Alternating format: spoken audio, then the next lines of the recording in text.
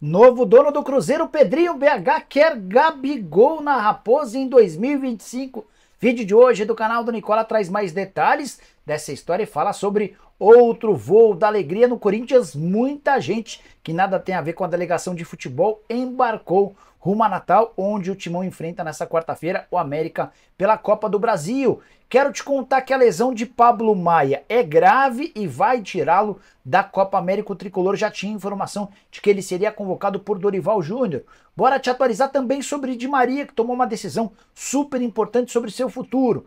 Já John Kennedy, atacante do Fluminense, pisou na bola de novo e agora está afastado por tempo indeterminado. Preciso te atualizar sobre as dívidas bem pequenininhas do Bahia. Tem informação importante sobre o estádio do Flamengo, as últimas do mercado, bastidores, finanças e muito mais.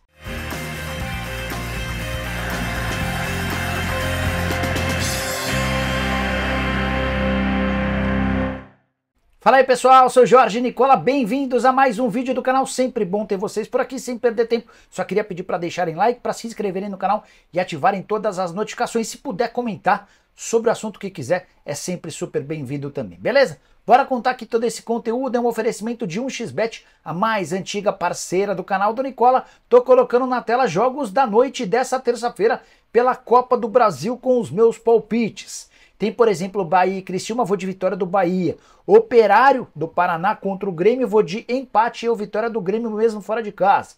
Para completar, Atlético Mineiro e Sport. Prevejo um jogo mais difícil do que essa cotação de R$ 1,39, mas estou imaginando a vitória do Galo. Já na quarta-feira tem Liga dos Campeões da Europa, jogo de ida da semifinal entre Borussia Dortmund e PSG, vou de vitória do Dortmund. E você manja de futebol? Gosta de dar seus pitacos? Então vem se divertir comigo na 1xBet. Para participar é simples, você clica no link que está no comentário fixo, faz seu cadastro, utilize o código Nicola para ter direito a 100% de bônus no valor do depósito. Combinado? Bora começar o vídeo com aquele tradicional giro de notícias e a primeira informação é sobre Payet. O meio atacante francês do Vasco não viajou com o time para Fortaleza, onde ocorre nessa quarta o confronto da Copa do Brasil. Ele vai ser poupado para que possa readquirir o mais rápido possível a condição física ideal depois de um longo período machucado. Queria contar também que o Vasco acertou a venda de Galarza, jogador que chegou para a base do Vasco. Chegou a ser aproveitado 58 partidas e 5 gols, estava emprestado ao Tajeres, o clube argentino exerceu o direito de compra e vai ficar com 100% dos seus direitos, os valores não foram revelados. Já o Botafogo está emprestando o meia atacante Breno para o São Bernardo até o fim da Série C, ele vai jogar a terceira divisão do futebol nacional e retorna para o Botafogo em 2025. Por sua vez, o Santos rescindiu o contrato com a Futebol Card, empresa que era responsável pela comercialização dos ingressos dos Jogos do Santos como mandante, notícia que foi festejada pelos torcedores nas redes sociais.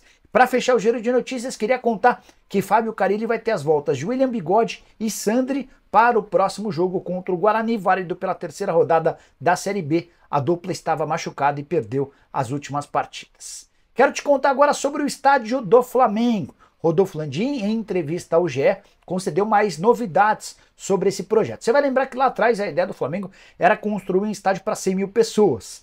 O Flamengo já percebeu que fica praticamente inviável ter um estádio tão grande, por conta do custo de manutenção, por conta do preço da obra e também para comercializar todas as entradas. Nesse momento, o Flamengo trabalha com outro valor, ou com outro número de capacidade do estádio, algo na casa dos 80 mil torcedores.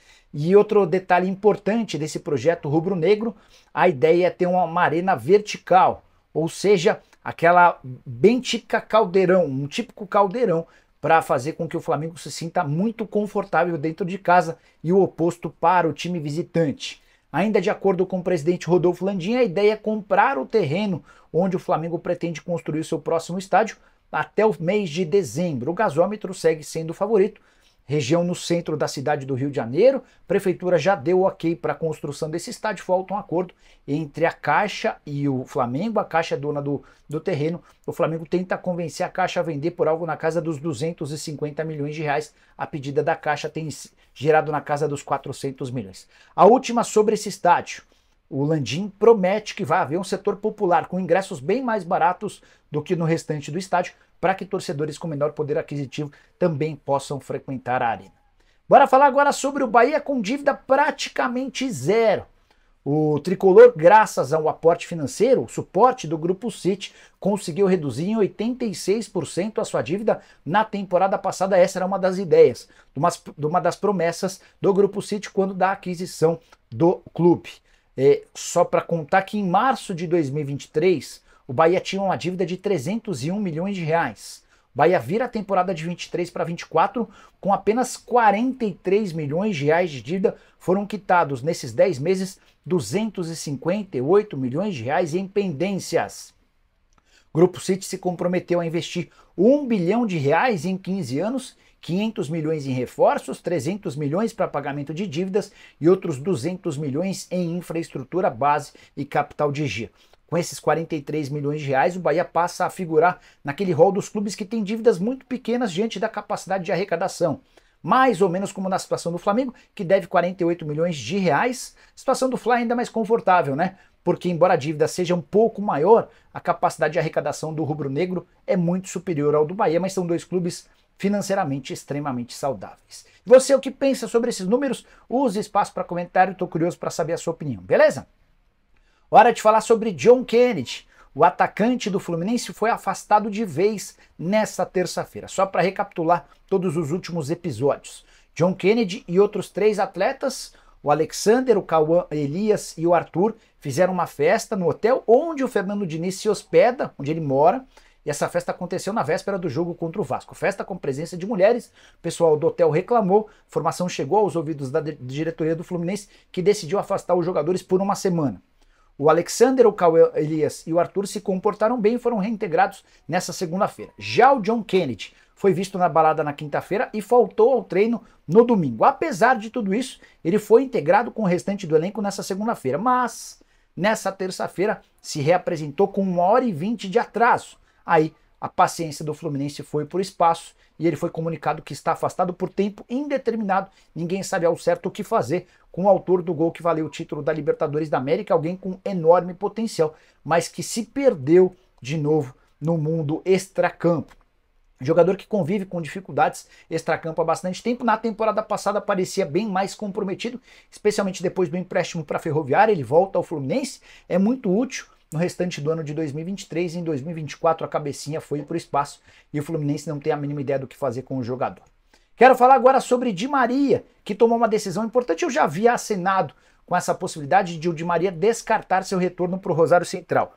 Clube do coração do Di Maria, ele tinha o projeto de ficar no Benfica até junho e se mudar para o Rosário Central em julho para fazer com que o time do coração dele disputasse títulos e ele se aposentasse num futuro não tão distante. O problema é que narcotraficantes fizeram ameaças ao pai dele, levaram uma carta afirmando que se o Di Maria fechasse com o Rosário Central, um membro da família morreria. Di Maria decidiu que não vai pagar esse risco, não vai correr o risco. O jornalista Gaston Edu, muito bem informado lá no futebol argentino, assegurou que está completamente descartada a chance de o Di Maria jogar no Rosário Central. Jogar em outro clube argentino também é praticamente zero. Se ele não vai jogar no time do coração, ele que vai se arranjar em outro clube no exterior. Uma possibilidade grande é de renovação do contrato no Benfica. Ele também tem ofertas do Oriente Médio, dos Estados Unidos e do futebol brasileiro. Mas o representante do Di Maria, em todos os contatos de clubes daqui, não demonstrou muita intenção de fazer acordo. A tendência é que o Di Maria siga no exterior. Bora falar agora sobre Pablo Maia, que estaria na lista de convocados do técnico Dorival Júnior para a Copa América. Por que eu coloquei no passado? Porque o Pablo Maia sofreu uma lesão séria no último treino antes do jogo contra o Palmeiras, lesão muscular na coxa esquerda e provavelmente vai precisar de cirurgia. Cirurgia para lesão muscular nem é algo muito comum, mas é bastante praticado, não é comum no Brasil, mas é bastante praticado especialmente na Europa. E essa decisão vai ser tomada nas próximas horas, depois de mais uma consulta médica. O São Paulo está tentando ouvir o máximo de opiniões possíveis.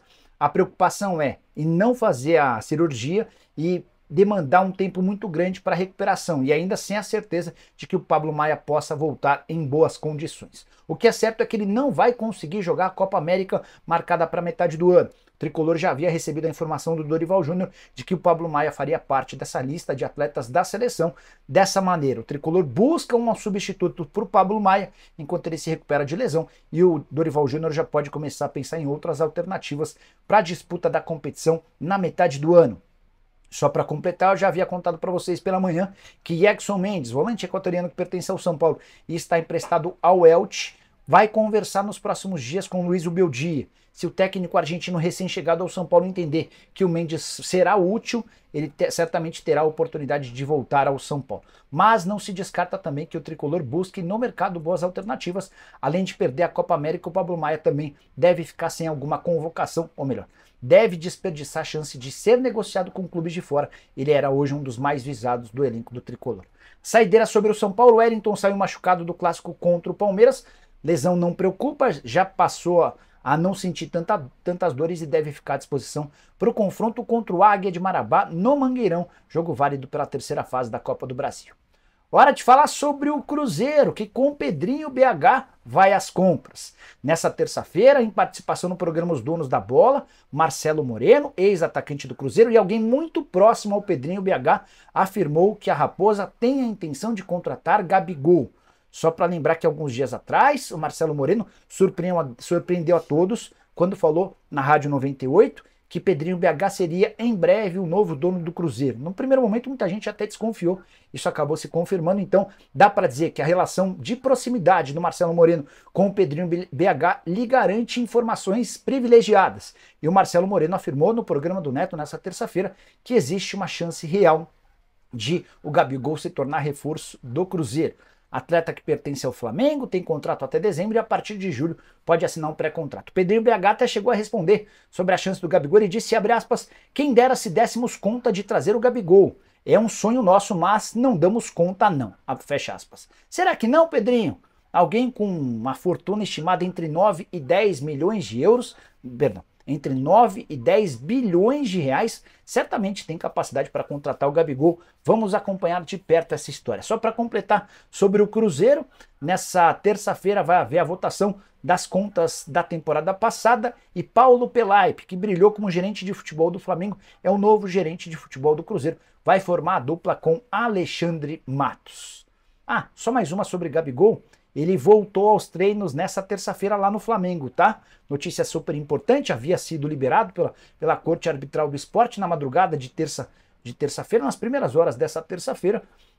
Os três jogadores decidiram por unanimidade permitir que o Gabigol volte a jogar até que o julgamento decisivo, o efetivo, o final, aconteça.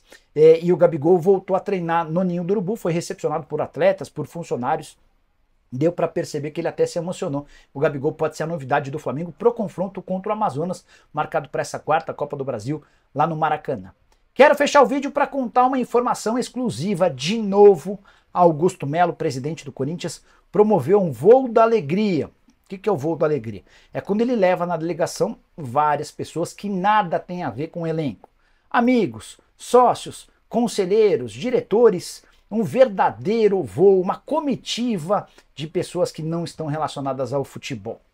Essa é a quarta vez em 2024 que o Corinthians promove esse tipo de situação. Nas outras vezes o Timão alegou que já havia fretado um avião, havia à disposição desses espaços na aeronave e aí decidiu por convidar essas pessoas, que todas pagariam o hotel onde o Corinthians se hospeda. Resta saber se esses pagamentos são de fato feitos e o quanto toda essa comitiva, que nada tem a ver com a bola, atrapalha o dia a dia dos atletas. As outras 3 vezes em que isso aconteceu, confronto contra o Cianorte em Maringá pela Copa do Brasil, confronto contra o Juventude em Caxias do Sul pelo Campeonato Brasileiro, confronto em Buenos Aires contra o Argentino Júnior pela Sul-Americana.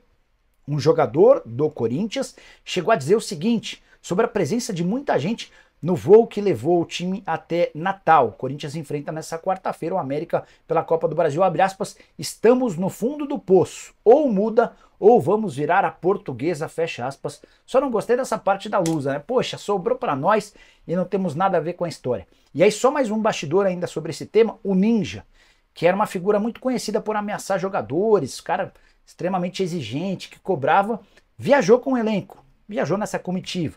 E estava jantando, vai jantar, vai tomar café da manhã, vai almoçar com os atletas no mesmo grupo.